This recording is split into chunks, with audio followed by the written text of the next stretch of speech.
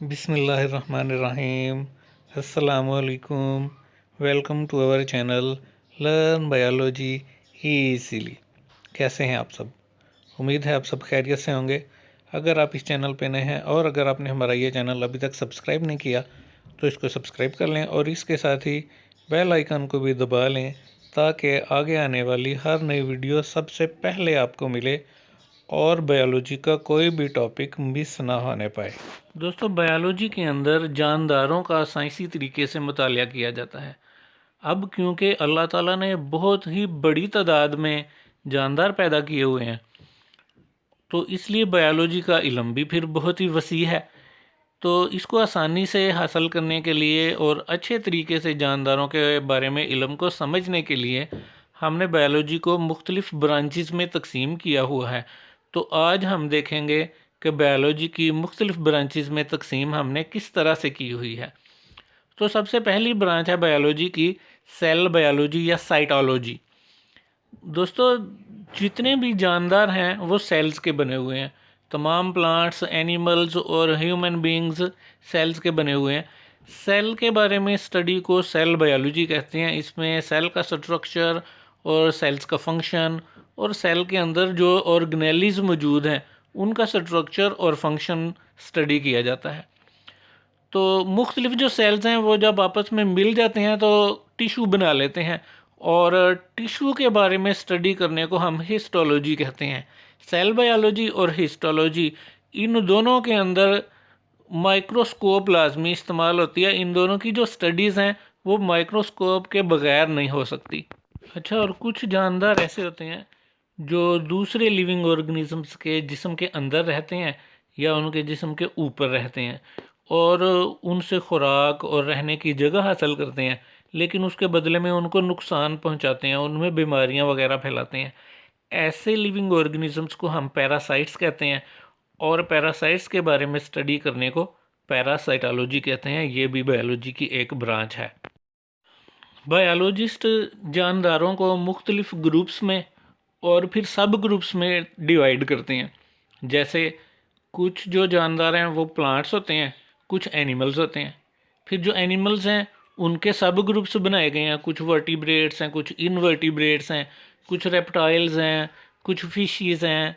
तो इस तरह ग्रुप्स और सब ग्रुप्स में लिविंग ऑर्गेनिजम्स को तकसीम करने के अमल को क्लासिफिकेशन कहते हैं। और बायोलॉजी की जिस ब्रांच के अंदर जानदारों की क्लासिफिकेशन की जाती है और फिर उनके साइंटिफिक नेम रखे जाते हैं, इस ब्रांच का नाम है टैक्सोनॉमी। तो नेक्स्ट ब्रांच ऑफ बायोलॉजी है एंटोमोलॉजी। एंटोमोलॉजी बायोलॉजी की ऐसी ब्रांच है जिसके अंदर हम इंसेक्ट्स का मुतालिया करते हैं। जी, जानदारों के सिर्फ एक ग्रुप का इंसेक्ट्स का मुतालिया जो है उसको एंटोमोलॉजी कहा जाता है। नेक्स्ट ब्रांच ऑफ बायोलॉजी है मॉर्फोलॉजी। मॉर्फोलॉजी के अंदर हम लिविंग ऑर्गेनिजम्स के स्ट्रक्चर को स्टडी करते हैं। तो स्ट्रक्चर को दो तरह से स्टडी किया जाता है, एक्सटर्नल स्ट्रक्चर और इंटरनल स्ट्रक्चर। एक्सटर्नल स्ट्रक्चर में हम देखते हैं कि लिविंग ऑर्गेनिज्म को बाहर देखने में किस किस्म का है, उसके बाहर वाले ऑर्गन्स जो हमें नज़र आ रहे हैं वो कौन कौन से हैं। तो इस किस्म की स्टडीज़ को हम एक्सटर्नल मॉर्फोलॉजी कहते हैं। और उसके मुकाबले में अगर हम इंटरनल स्ट्रक्चर देखें कि उसके अंदर क्या क्या ऑर्गन्स हैं, क्या क्या चीज़ें हैं, तो उस किस्म की स्टडीज़ को हम फिर इंटरनल मॉर्फोलॉजी या एनाटॉमी कहेंगे। तो बायोलॉजी की ब्रांच फिजियोलॉजी। फिजियोलॉजी के अंदर हम जानदारों के मुख्तलिफ ऑर्गन्स के फंक्शंस का मुतालिया करते हैं कि किस जानदार के जिस्म का कौन सा हिस्सा क्या क्या फंक्शन करता है, क्या क्या काम करता है। तो इस किस्म की स्टडीज़ जो हैं वो फिजियोलॉजी में आती हैं। लिविंग ऑर्गेनिजम्स मुख्तलिफ स्टेजेस से गुज़रते हैं अपनी डेवलपमेंट के दौरान, कि जब सबसे पहले ज़ाइगोट बनता है, फिर उसके बाद एम्ब्रियो बनता है, फिर इस तरह से वो बड़े होते होते एक इन्फेंट ऑर्गेनिज्म बन जाता है, इन्फेंट बन जाता है।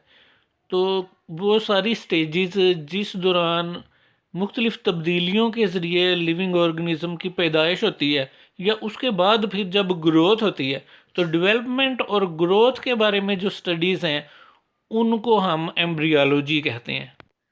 अल्लाह ताला ने जानदारों की मुख्तलिफ़ खसूसियात को जीन्स के अंदर रखा हुआ है और जो जीन्स हैं वो डीएनए के अंदर मौजूद होती हैं। डीएनए तमाम लिविंग ऑर्गेनिजम्स के अंदर मौजूद है, और ये जो डीएनए है ये इन जीन्स को और इन खसूसियात को नस्ल दर नस्ल आगे ट्रांसफ़र करता रहता है, और खसूसियात के इस तरह ट्रांसफ़र होने को हम इनहेरिटेंस कहते हैं। और इनहेरिटेंस के बारे में जो स्टडीज़ हैं उनको जेनेटिक्स कहा जाता है। इसमें डीएनए और जीन्स से रिलेटेड तमाम किस्म की स्टडीज़ आ जाती हैं। तो एनवायरमेंटल बायोलॉजी, जैसा कि इसके नाम से ही पता चल रहा है, ये जानदारों के माहौल से रिलेटेड बायोलॉजी की ब्रांच है। इसमें हम ये देखते हैं कि जानदार किस किस्म के माहौल में रहना पसंद करते हैं, और माहौल का जानदारों के ऊपर क्या असर होता है, और जानदार माहौल के ऊपर क्या असर डालते हैं। तो इस तरह की स्टडीज़ जो हैं वो एनवायरमेंटल बायोलॉजी के अंदर की जाती हैं।